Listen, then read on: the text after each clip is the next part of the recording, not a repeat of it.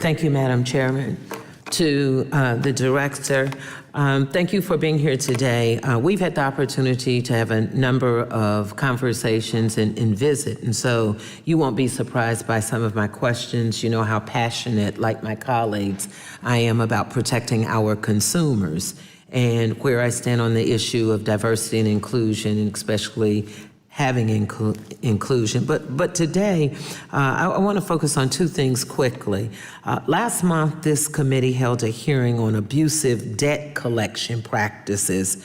And I brought up the CFPB's complaint database, specifically as it relates to the great state of Ohio that I represent. And according to our agency's complaint, your agency's complaint database, debt collection topic was the most complained about Ohioans. Madam Director, do you have any idea how many complaints surfaced as it relates to debt collection from Ohio? Off the top of my head, Congressman, I don't. I think you're going to tell me, which will be helpful. Yes. 16,000 complaints, and more than 1/3 of those 16,000 complaints about debt collection was specifically related to the issue of debt collection that was not owed to people. So when I think of protecting our consumers and having that number from one area, and then you find out that it was about dollars not owed.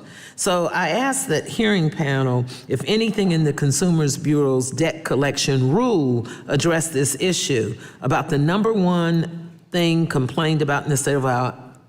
And do you think they said yes or no? They said no. So I'm asking you, do you believe there's anything in your agency's proposed debt collection rule that directly seeks to address the number one complaint about debt collection in the great state of Ohio? So the question of substantiation by creditors and between creditors and third-party debt collectors is one that the Bureau, from the beginning of undertaking this effort in 2013, decided not to include in the rulemaking. I appreciate that it is a significant complaint area, and there are opportunities, I think, to address that through education, certainly through our enforcement actions as well. So not every so let me answer this can be provided because my time is running. So I hear what you're saying. The answer is no, but does that mean now, knowing the volume of it, that you wouldn't take any consideration with the vast trove of consumer complaints and the data and what's in your database? So, I mean, it doesn't matter. I mean, it's not important, 16,000, and for debt that's not owed, and we're protecting our consumers? It is absolutely information we use in our enforcement actions.